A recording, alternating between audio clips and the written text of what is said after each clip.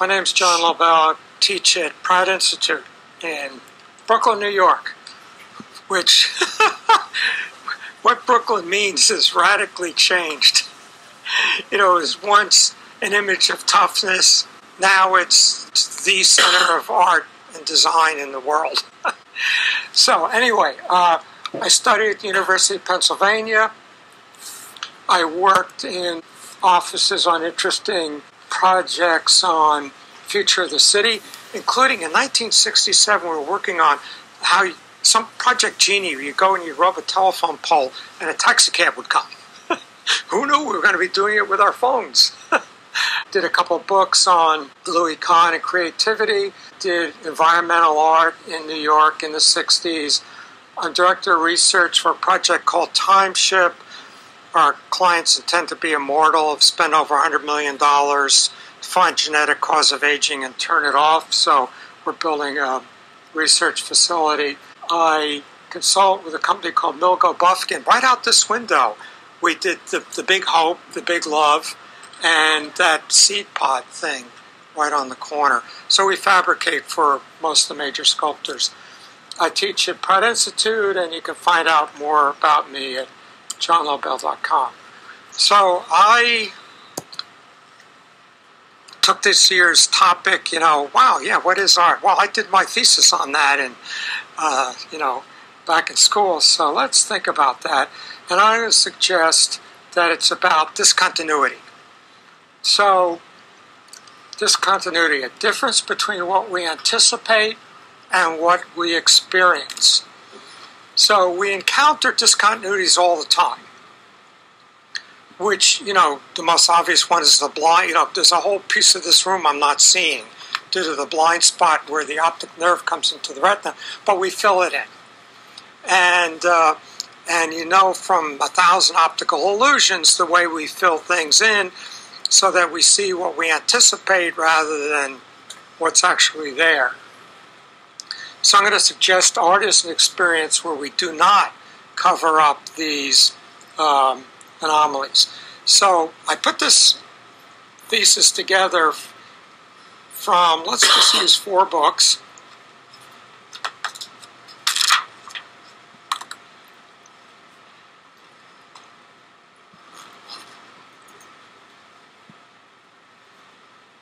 And this is my book that puts all these ideas together. I just published Visionary Creativity. So, what is art? And, we go through beauty, order, proportion, mimesis, expression, communication of emotion, imagination, technical skills, cultural politics, and we know that none of those definitions work.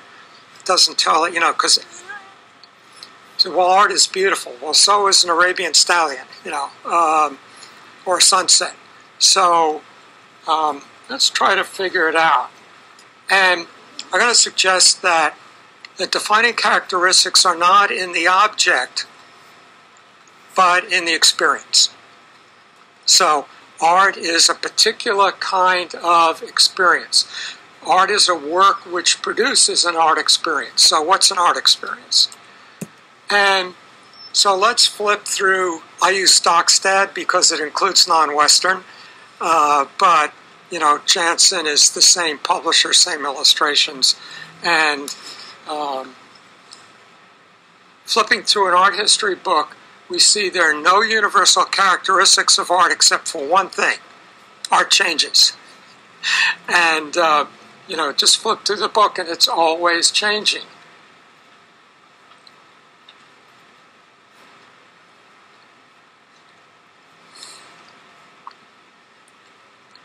So, Morris Peckham was a professor at Penn when I was there, and he wrote a book called Man's Rage for Chaos, in which he observes this non-functional stylistic dynamism in art, that it changes, and that this change has no function.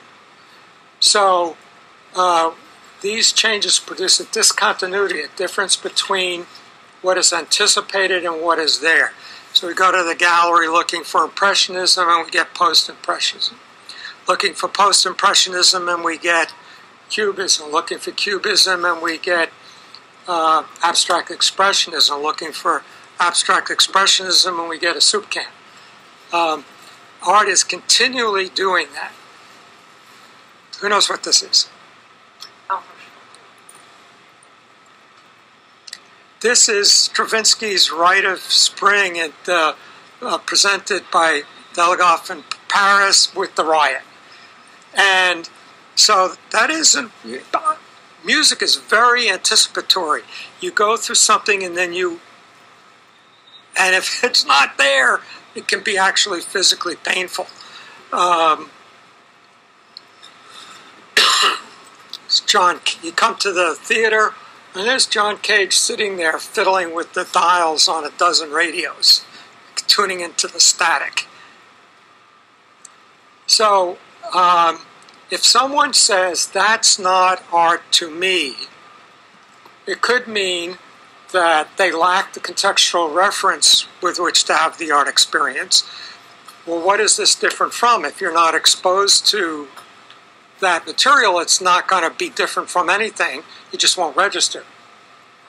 They've already become jaded to that form of work. So yeah, that's last year's stuff. Or they may be having an art experience of discontinuity, finding it uncomfortable and wanting to deny it.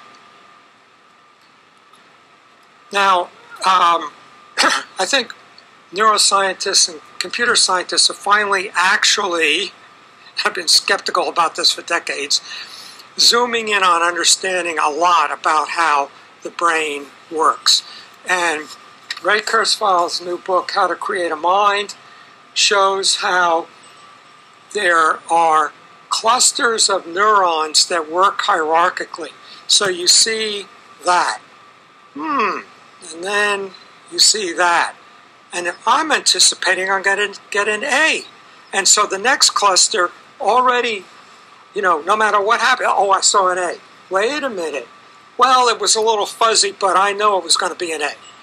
And so that's how, like, human beings can recognize those things you get on the computer that say, type in what you see so we know you're not a robot. Because, oh yeah, I can fill in the rest of that. So we work by anticipation. We see what we anticipate, not what's there. And we are unaware of that. We're seeing what we anticipated, except in an art experience. So, why is this we have this discontinuity in art?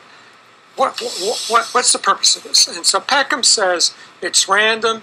Its only purpose is to keep the mind agile and able to adapt to new circumstances and changes in the world.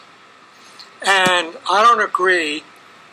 I say that this discontinuity is directional, so that the humanism of Renaissance art, which puts the human being in the center as knowing, prepares us for, anticipates, involves us in the clockwork universe.